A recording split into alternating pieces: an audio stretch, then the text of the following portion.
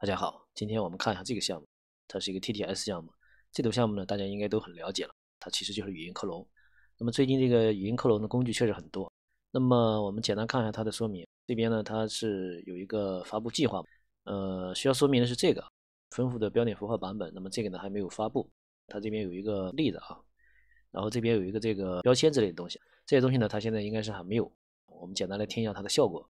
至于这边呢，也没什么太多可说的，它这个相关的资料比较少，我们直接来听一下它的效果。生气的啊，我真的无法理解你为什么总是这么自私，完全不顾及别人的感受。大家可以听到它这个声音效果呢，确实带有这种情绪啊，这个情绪是比较好的，真是难以置信，这么好的事情竟然发生在我身上。这个也听到了，还是可以的。然后呢，下面是它这个标签的效果啊，咱们随便来听一个，表示这个重复的这个，因为这样一个对待对我们来说重要的动物，它应该有一些选。这个还是不错的啊。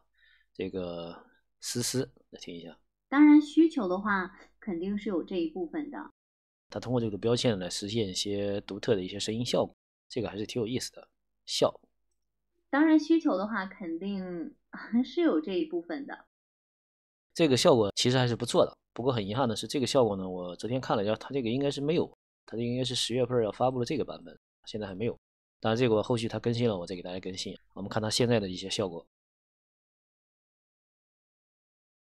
这是它的这个项目，这边有2个启动文件，咱们点这个启动，这个稍等一下啊。那么这个有个静音切割，这个静音切割干嘛呢？它这个下面有一个说明，看一下，这边如果你的声音当中呢有这个长时间的静音啊，什么叫长时间呢？就大于1秒，大于1秒的静音呢会让它的效果可能不太稳定，所以它提供了这么一个工具啊，让你把这个声音当中的静音呢去除掉。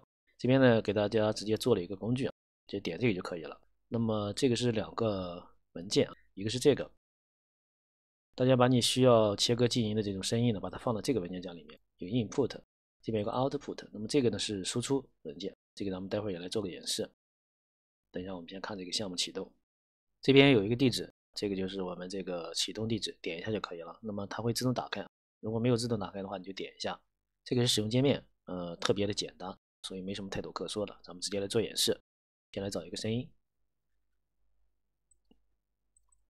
好，听一下。房子非常破旧，因为年久失修。然后这是一个声音，然后呢，我们这边来输入一些文字，来这找一个吧，好，就用这个。然后呢，需要选择你这个是什么声音啊，中文还是英文？点一下，这个稍微等一下。然后这个项目呢，给大家简单说一下，它这个项目因为也是刚发布吧，应该是刚发布时间不长啊，所以它这里面呢有一些 bug，所以说呢，大家这个如果遇到问题的话是很正常的。不过它这个项目优势也非常明显，就是这个情绪的这种克隆呢是非常出色的。这个我们看一下，我真的无法理解你为什么总是这么自私，完全不顾及别人的感受。效果还是不错的。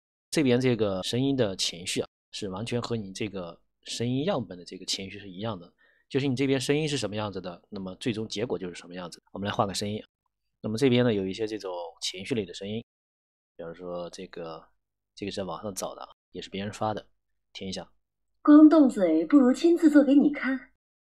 这种情绪。然后呢，咱们再来跑一下，好，听一下。我真的无法理解你为什么总是这么自私，完全不顾及别人的感受。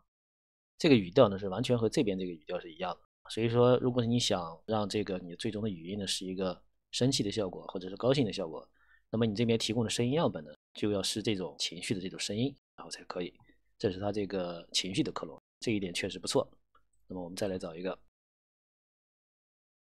这个呢是一首歌，大家听一下啊。你说人是如那么首先呢，这个声音呢，它有这种很长时间的一个静音，这个咱们听到了，所以呢，这个咱们也拿这个来做这个静音切割的这个演示。然后呢，这边我们需要把这个声音把它放到这儿来，然后我来找一下啊，